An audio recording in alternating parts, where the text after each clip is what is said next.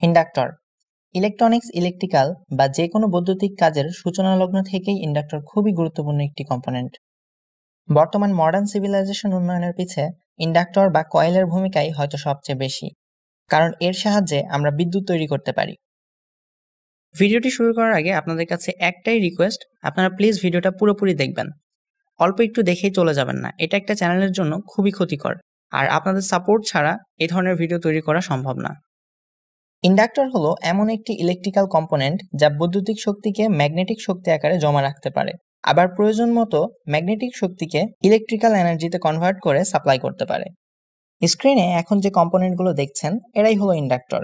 ইন্ডাক্টরকে বিভিন্ন নামে ডাকা হয়, যেমন ইন্ডাক্টর, কয়েল, চোখ, রিঅ্যাক্টর ইত্যাদি ইত্যাদি। ইন্ডাক্টরের দুইটা টার্মিনাল থাকে এবং এর কোনো পজিটিভ নেগেটিভ থাকে না, কারণ এটা তো শুধুমাত্র একটা তারের টুকরো। যে কোনো সাধারণ ইনসুলেটরওয়ালা তারকে পেঁচিয়ে কয়েল বা ইন্ডাক্টর তৈরি করা হয়। পেঁচানো তারটিকে বলা হয় ইন্ডাক্টর, আর তারটি যে পদার্থের উপর পেঁচানো থাকে তাকে বলা হয় কোর। মূলত কোরের উপর ভিত্তি করে ইন্ডাক্টরের শ্রেণীবিন্যাস করা হয়, যেমন air core inductor, iron core inductor, ferrite core inductor, laminated core inductor, bobbin based inductor, toroidal inductor ইত্যাদি ইত্যাদি। এতক্ষণ যেগুলো বললাম এগুলো হচ্ছে ফিক্সড ইন্ডাক্টর, অর্থাৎ এগুলোর ভ্যালু চেঞ্জ করা যায় না। এগুলো ছাড়াও আরেক ধরনের ইন্ডাক্টর পাওয়া যায়, যেটা হচ্ছে ভ্যারিয়েবল ইন্ডাক্টর, যার মান চেঞ্জ করা যায়। যাই হোক, এগুলো নিয়ে একটু পরে আলোচনা করব। আগে দেখে নেওয়া যাক ইন্ডাক্টর কি কাজ করে এবং কিভাবে কাজ করে। ইন্ডাক্টরকে আমরা প্রথম একটা উদাহরণের মাধ্যমে বোঝার চেষ্টা করব। আমরা মনে করি ফ্যান এবং ওয়াটার চেম্বার সহ এই অংশটা হলো একটা ইন্ডাক্টর বা কয়েল। এটা একটা ব্যাটারি বা পানির ট্যাঙ্কি, যেখান থেকে পানি লোডের দিকে যাবে। এখানে আমরা পানির কণাগুলোকে ইলেকট্রনের সাথে তুলনা করব। প্রথমে সুইচ অন করার সাথে সাথে পানির কণা বা ইলেকট্রনগুলো ব্যাটারি থেকে লোডের দিকে যেতে চায়, কিন্তু ওয়াটার চেম্বারের মধ্যে থাকা ফ্যানটা অনেক ভারী হওয়ার কারণে পানি হুট করে প্রবাহিত হতে পারে না। কিন্তু পানির প্রেসার থাকার কারণে ফ্যানটা আস্তে আস্তে ঘুরতে শুরু করে, আর তখন এর মধ্যে দিয়ে বিদ্যুৎ প্রবাহিত হওয়া শুরু হয়। এখানে খেয়াল করেন, ব্যাটারি থেকে ভোল্টেজ এবং কারেন্ট কিন্তু একই সাথে এসেছে, কিন্তু ইন্ডাক্টর হুট করেই যেহেতু কারেন্ট প্রবাহিত হতে দিচ্ছে না, সেজন্য কারেন্ট কিছুটা ভোল্টেজের চেয়ে পিছিয়ে পড়ছে। আর সেজন্য বলা হয় ইন্ডাক্টরের ক্ষেত্রে ভোল্টেজ কারেন্টের থেকে 90 ডিগ্রি আগে থাকে। তো যাই হোক, এখন যেহেতু ফ্যানটা ঘুরছে, তাই এই চেম্বারের মধ্যে পানি প্রবাহে কোনো রকমের বাধা পাবে না এবং লোডটাও চলতে থাকবে। যতক্ষণ সুইচ অন থাকবে, অর্থাৎ পানি প্রবাহিত হতে থাকবে, ততক্ষণ ফ্যানটাও ঘুরতে থাকবে এবং এই চেম্বারের মধ্যে কিছু পরিমাণ পানি জমা হবে। কিন্তু যখন সুইচ অফ করা হবে, তখন ট্যাঙ্ক থেকে পানি আর আসতে পারবে না। আবার ফ্যানটা অনেক ভারী হওয়ার কারণে হুট করে থামতেও পারবে না। এটা থামতে কিছুটা সময়ের প্রয়োজন। এই সময় চেম্বারের মধ্যে থাকা পানিগুলোকে ফ্যানটা সার্ভ করতে থাকে। তারপর একটা সময় ফ্যান এবং লোড উভয়ই অফ হয়ে যায়। এতক্ষণ যেটা বললাম সেটা হচ্ছে ডিসি সার্কিটের ক্ষেত্রে ইন্ডাক্টরের একটা উদাহরণ। এবার আসি এসি সার্কিটের ক্ষেত্রে। আমরা প্রায় সবাই জানি যে এসিতে ফ্রিকোয়েন্সি থাকে। এসি কারেন্টের পজিটিভ হাফ সাইকেলের সময় আমরা মনে করি পানি বা ইলেকট্রন এই পথে চলতে চাইবে, কিন্তু ফ্যানটা ভারী হওয়ার কারণে পানি হুট করে প্রবাহিত হতে পারবে না, একটু দেরি হবে। তারপর শেষ পর্যন্ত যখন পানি প্রবাহ শুরু হয়, তখন আবার নেগেটিভ হাফ সাইকেল চলে আসে, যার ফলে এই পথ দিয়ে বেশি পরিমাণ কারেন্ট প্রবাহিত হতে পারে না। নেগেটিভ হাফ সাইকেলের সময় বিদ্যুৎ তার দিক পরিবর্তন করে বিপরীত পথে চলতে চায়, কিন্তু ফ্যানটা বিপরীত দিকে ঘোরার কারণে বিদ্যুৎ প্রবাহে বাধাপ্রাপ্ত হবে। তারপর একটা সময় ইলেকট্রন বা পানির ধাক্কায় ফ্যানটা আবার উল্টো দিকে ঘোরা শুরু করবে এবং বিদ্যুৎ প্রবাহিত হওয়া শুরু হবে। কিন্তু কিছু সময় পর আবার পজিটিভ হাফ সাইকেল আসবে, যার ফলে এই পথেও বেশি বিদ্যুৎ প্রবাহিত হতে পারবে না। এজন্য ফ্রিকোয়েন্সি যত বেশি হবে, বিদ্যুৎ প্রবাহ তত কম হবে। অর্থাৎ যত বেশি ফ্রিকোয়েন্সি হবে, ইন্ডাক্টর তত বেশি রেজিস্টরের মতো আচরণ করবে। এতক্ষণ আমরা উদাহরণ দেখলাম। এবার সার্কিটে ফিরে আসি। ডিসি সার্কিটের ক্ষেত্রে সুইচ অন করার পর সাথে সাথে বিদ্যুৎ প্রবাহিত হতে পারে না। যখন বিদ্যুৎ আসে, তখন কয়েল ওপেন সার্কিটের মতো কাজ করে। তারপর কয়েলের আশেপাশে একটা চৌম্বক ক্ষেত্র তৈরি হওয়া শুরু হয়। যখন চৌম্বক ক্ষেত্র পুরোপুরি তৈরি হয়ে যায়, তখন ইন্ডাক্টর একটা শর্ট সার্কিটের মতো কাজ করে। অর্থাৎ আগের উদাহরণের সাথে তুলনা করলে এখন ফ্যানটা পুরোপুরি ঘুরতে শুরু করেছে এবং পানি প্রবাহিত হচ্ছে। আর এইখানে যে ম্যাগনেটিক ফ্লাক্স তৈরি হয়েছে, এটাকে আমরা ওয়াটার চেম্বারের মধ্যে জমে থাকা পানির সাথে তুলনা করতে পারি। এখন এই সার্কিটে ইন্ডাক্টর থাকা বা না থাকা সমান কথা, কারণ ইন্ডাক্টর বিদ্যুৎ প্রবাহে আর কোনো বাধা দিচ্ছে না। এখন এটা একটা সাধারণ তারের মতো কাজ করছে। তারপর যখন সুইচ অফ করা হয়, তখন ম্যাগনেটিক ফ্লাক্সটা আস্তে আস্তে কমতে থাকে। এবং ম্যাগনেটিক ফ্লাক্স ইলেকট্রিক্যাল এনার্জিতে কনভার্ট হয়ে যায়, অর্থাৎ এখানে একটা ভোল্টেজ তৈরি হয়, আর এইটাকেই বলা হয় ব্যাক ইএমএফ ভোল্টেজ। ইন্ডাক্টরের মধ্যে উৎপন্ন হওয়া এই ইলেকট্রিক্যাল এনার্জি অনেক হাই ভোল্টেজের হয়ে থাকে এবং এটা ডিসচার্জ হওয়ার জন্য পথ খুঁজতে থাকে। ক্যাপাসিটরের ভিডিওতে আমরা দেখেছিলাম ক্যাপাসিটর চার্জ হওয়ার পরে অনেকদিন পর্যন্ত এই চার্জটাকে ধরে রাখতে পারে, কিন্তু ইন্ডাক্টরের ক্ষেত্রে বিষয়টা আলাদা।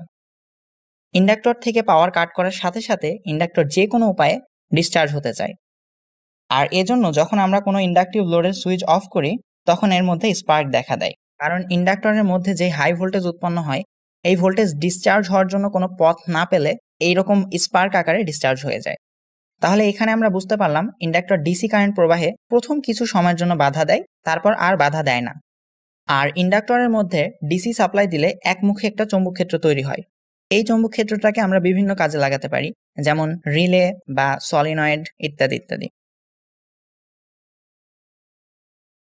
এসি সার্কিটের ক্ষেত্রে পজিটিভ হাফ সাইকেলের সময় যে চৌম্বক ক্ষেত্র তৈরি হয়, নেগেটিভ হাফ সাইকেলের ক্ষেত্রে সেই চৌম্বক ক্ষেত্রের দিক পরিবর্তন হয়ে যায়, অর্থাৎ উত্তর মেরু দক্ষিণ মেরুর জায়গায় চলে যায় আর দক্ষিণ মেরু উত্তর মেরুর দিকে চলে আসে। কিন্তু কোনো কয়েলের আশেপাশে যদি কোনো চৌম্বক ক্ষেত্রকে মুভ করানো হয় তখন ওই কয়েলের মধ্যে একটা ভোল্টেজ তৈরি হয়, আর এই ভোল্টেজটাই মূলত আমরা যে সাপ্লাই ভোল্টেজটা দিচ্ছি সেই ভোল্টেজকে আটকে দেয়। কারেন্টের ফ্রিকোয়েন্সি যত বেশি হবে চৌম্বক ক্ষেত্র তত বেশিবার পরিবর্তন হবে, আর চৌম্বক ক্ষেত্র যত বেশি পরিবর্তন হবে কয়েলের মধ্যে ব্যাক ইএমএফ তত বেশি উৎপন্ন হবে, আর তখন এই দুই প্রান্তের ভোল্টেজ ড্রপও তত বেশি হবে। কি পরিমাণ ভোল্টেজ ড্রপ হবে বা কি পরিমাণ ব্যাক ইএমএফ উৎপন্ন হবে তা নির্ভর করে ইন্ডাক্টরের ইন্ডাকট্যান্স এবং ফ্রিকোয়েন্সির ওপর। ইন্ডাকট্যান্স হলো কয়েলের এমন একটি ধর্ম যা কয়েলের মধ্যে প্রবাহিত কারেন্টের কম বা বেশি হওয়াতে বাধা প্রদান করে, অর্থাৎ ইন্ডাক্টর কারেন্টের পরিবর্তনকে বাধা দেয়। ইন্ডাক্টরের মধ্যে দিয়ে যত কারেন্টই প্রবাহিত হোক না কেন ইন্ডাক্টর কোনো রকমের বাধা দেয় না, কিন্তু যখন কারেন্ট প্রবাহে পরিবর্তন আসে ইন্ডাক্টর সেই পরিবর্তনকে বাধা প্রদান করে। অর্থাৎ মনে করেন এই সার্কিটের মধ্যে দিয়ে এখন 5 অ্যাম্পিয়ার কারেন্ট প্রবাহিত হচ্ছে, হঠাৎ কারেন্ট কমে 2 অ্যাম্পিয়ার হয়ে গেল। এখন ইন্ডাক্টর চেষ্টা করবে এর মধ্যে থাকা ম্যাগনেটিক ফ্লাক্সকে পরিবর্তন করে বাকি 3 অ্যাম্পিয়ার কারেন্টের ঘাটতি পূরণ করার। আবার মনে করেন এই সার্কিটের মধ্যে দিয়ে 2 অ্যাম্পিয়ার কারেন্ট প্রবাহিত হচ্ছে, হঠাৎ করেই কারেন্ট বেড়ে 5 অ্যাম্পিয়ার হয়ে গেল। তখন ইন্ডাক্টর চেষ্টা করবে এই বাড়তি কারেন্টটাকে ম্যাগনেটিক ফ্লাক্স আকারে কনভার্ট করে কারেন্টের ওঠানামাকে নিয়ন্ত্রণ করার। এজন্য ইন্ডাক্টরকে বিভিন্ন পাওয়ার সাপ্লাইয়ের ফিল্টার হিসেবে ব্যবহার করা হয়, যেন কারেন্টের স্পাইক থেকে সার্কিটকে প্রোটেকশন দেওয়া যায়। অর্থাৎ ইন্ডাক্টর বিদ্যুৎ প্রবাহে কোনো বাধা দেয় না, কিন্তু বিদ্যুৎ প্রবাহের মধ্যে যদি কোনো পরিবর্তন আসে তাহলে সেই পরিবর্তনকে বাধা দেয়। যে ইন্ডাক্টরের ইন্ডাকট্যান্স যত বেশি হবে তার ম্যাগনেটিক ফ্লাক্স তৈরি করার ক্ষমতা তত বেশি হবে এবং বেশি পরিমাণ এনার্জিকে জমা রাখতে পারবে। ইন্ডাক্টরের মান পরিমাপের একক হলো হেনরি, যাকে বড় হাতের এইচ দ্বারা প্রকাশ করা হয়। কিন্তু হেনরি অনেক বড় একটা ভ্যালু, যেমন ক্যাপাসিটরের ক্ষেত্রে ফ্যারাড অনেক বড় একটা ভ্যালু, তাই হেনরিকে মিলি হেনরি বা মাইক্রো হেনরিতে লেখা হয়, যেমন ক্যাপাসিটরের ক্ষেত্রে মাইক্রো ফ্যারাডে লেখা হয়। ইন্ডাক্টরকে বড় হাতের এল দ্বারা প্রকাশ করা হয়। ইন্ডাক্টরকে যখন সার্কিটের প্যারালালে কানেক্ট করা হয় তখন সুইচ অন করার সাথে সাথেই লোডটা চলতে থাকে, আর ততক্ষণ ইন্ডাক্টর ম্যাগনেটিক ফ্লাক্স তৈরি করতে থাকে। যখনই ম্যাগনেটিক ফ্লাক্স তৈরি হয়ে যায় তখন ইন্ডাক্টর শর্ট সার্কিটের মতো কাজ করে। সেজন্য কারেন্ট আর কষ্ট করে লোডের মধ্যে দিয়ে না গিয়ে ইন্ডাক্টরের মধ্যে দিয়ে প্রবাহিত হওয়া শুরু হয়, যার ফলে লোডটা কিছুক্ষণ জ্বলেই বন্ধ হয়ে যায়। কিন্তু যখন সুইচটাকে অফ করা হয় তখন ম্যাগনেটিক ফ্লাক্স কমতে থাকে আর ইন্ডাক্টর একটা বিপরীতমুখী ভোল্টেজ তৈরি করে। অর্থাৎ আগে যেই প্রান্তটা পজিটিভ ছিল সাপ্লাই কাট হওয়ার পর সেই প্রান্তটা হয়ে যাবে নেগেটিভ, আর আগে যে প্রান্তটা নেগেটিভ ছিল সাপ্লাই কাট হওয়ার পরে সেই প্রান্তটা হয়ে যাবে পজিটিভ, অর্থাৎ পোলারিটি চেঞ্জ হয়ে যাবে। আর ইন্ডাক্টরে উৎপন্ন এই হাই ভোল্টেজ স্পাইক ডিসচার্জ হওয়ার জন্য পথ খুঁজতে থাকে। কখনো কখনো সুইচ অফ করার সময় সুইচের এই দুই প্লেটের মধ্যে স্পার্ক আকারে এই হাই ভোল্টেজ ডিসচার্জ হয়ে যায়, আবার কখনো কখনো লোডের মধ্যে দিয়ে ডিসচার্জ হয়। আর যে কোনো লোডের মধ্যে দিয়ে এত বেশি পরিমাণ ভোল্টেজ যদি যায় তাহলে লোডটা নষ্ট হয়ে যেতে পারে।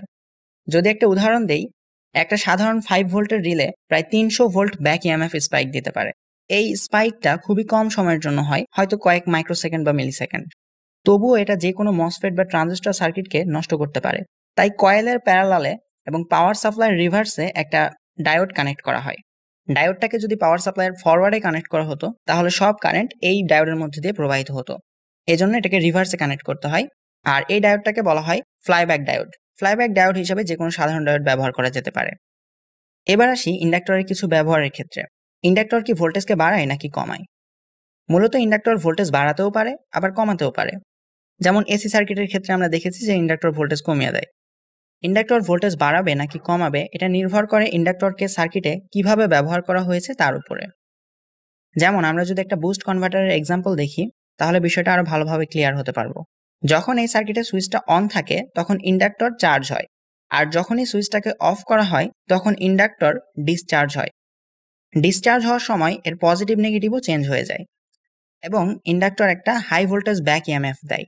অর্থাৎ ইন্ডাক্টর তখন একটা ব্যাটারির মতো আচরণ করে, আর দুইটা ব্যাটারিকে যদি সিরিজে কানেক্ট করা হয় তাহলে এদের ভোল্টেজ যোগ হয়ে যায়। তো ধরলাম এই ইন্ডাক্টরটা 5 ভোল্ট ব্যাক ইএমএফ দিয়েছে, তাহলে এই 5 ভোল্ট এবং এই 5 ভোল্ট মিলে মোট 10 ভোল্ট আউটপুট হবে। এখানে ইন্ডাক্টর ভোল্টেজকে বাড়িয়ে দিচ্ছে। আবার টিউব লাইটের ক্ষেত্রে আমরা সুইচ অন করার সাথে সাথেই কিন্তু লাইটটা জ্বলে না, এর মাঝখানে অনেকগুলো কাজ হয়। একটা টিউব লাইটকে জ্বালানোর জন্য প্রায় কয়েকশো থেকে কয়েক হাজার ভোল্টের প্রয়োজন হয়, কারণ এর ভেতরে থাকা গ্যাসকে আয়োনাইজ করা লাগে। সুইচ অন করার পর প্রথমে স্টার্টরের মধ্যে একটা স্পার্ক হয়, যার ফলে স্টার্টরের দুই টার্মিনাল মিলে যায় এবং তখন ইন্ডাক্টরটি চার্জ হওয়া শুরু হয়।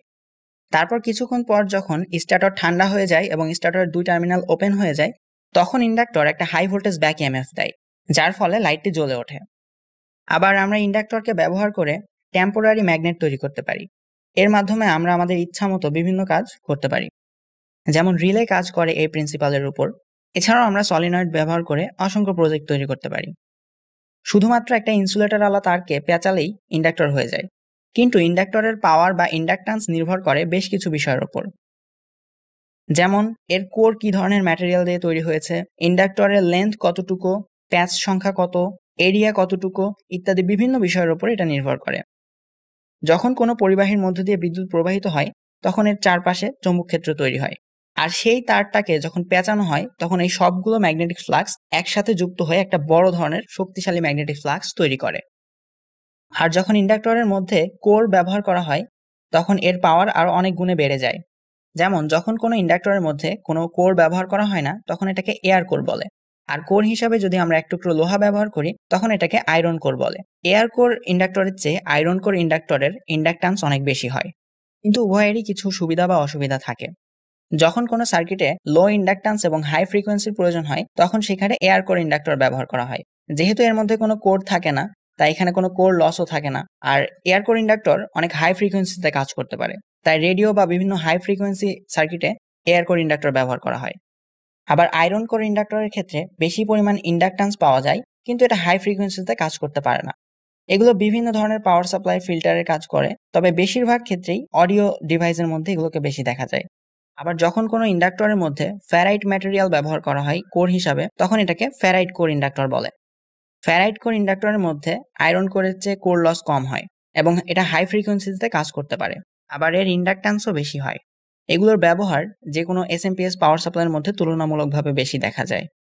ল্যামিনেটেড স্টিল কোর ইন্ডাক্টর, যেখানে কোর হিসাবে অনেকগুলো স্টিলের প্লেটকে পরপর সাজানো হয় যাতে ইডি কারেন্ট লস কম করা যায়। আমরা যে ট্রান্সফরমারগুলো ইউজ করি তার মধ্যে সাধারণত এই কোর ব্যবহার করা হয়।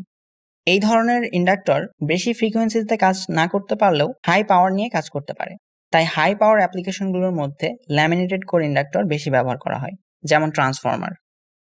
সাধারণত বেশিরভাগ ইন্ডাক্টরের গায়ে তেমন কোনো ভ্যালু দেওয়া থাকে না, তাই হুট করে দেখে বলা যায় না এটা কত হেনরির ইন্ডাক্টর।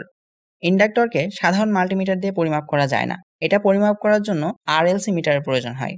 তবে কিছু কিছু ইন্ডাক্টর আছে যেগুলো দেখতে অনেকটা রেজিস্টরের মতো, আর এগুলোর গায়ের কালার কোড দেখে এর মান বের করা যায়। ইন্ডাক্টর কিভাবে তৈরি করব বা ইন্ডাক্টরের ক্যালকুলেশন নিয়ে যদি বলি, আসলে বিভিন্ন সার্কিটের ক্ষেত্রে ইন্ডাক্টরের ক্যালকুলেশন বিভিন্ন রকমের হয়, আর এক একটা ক্যালকুলেশন এক্সপ্লেন করতে গেলে এইরকম এক একটা ভিডিও তৈরি করা লাগবে। ফর এক্সাম্পল, ব্যাক ইএমএফ বের করার সূত্র হলো VL is equal to L into DI/dt।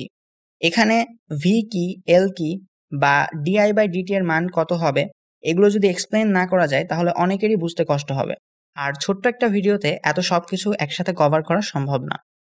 তাই আমি চেষ্টা করব ইন্ডাক্টর ক্যালকুলেশন নিয়ে পরবর্তীতে ভিডিও তৈরি করার। এই ভিডিওতে চেষ্টা করেছি ইন্ডাক্টর নিয়ে সহজভাবে আলোচনা করার। মানুষ মাত্রই ভুল, তাই আমার যদি কোনো ভুল ত্রুটি হয়ে থাকে তাহলে অবশ্যই তা ক্ষমার দৃষ্টিতে দেখবেন। ভিডিওটি যদি ভালো লাগে তাহলে অবশ্যই চ্যানেলটা সাবস্ক্রাইব করে রাখতে পারেন এবং এই চ্যানেলে এই ধরনের আরো অনেক ভিডিও আছে সেগুলো দেখতে পারেন। আজকের মতো এই পর্যন্তই। সবাই ভালো থাকবেন, সুস্থ থাকবেন। আল্লাহ হাফেজ।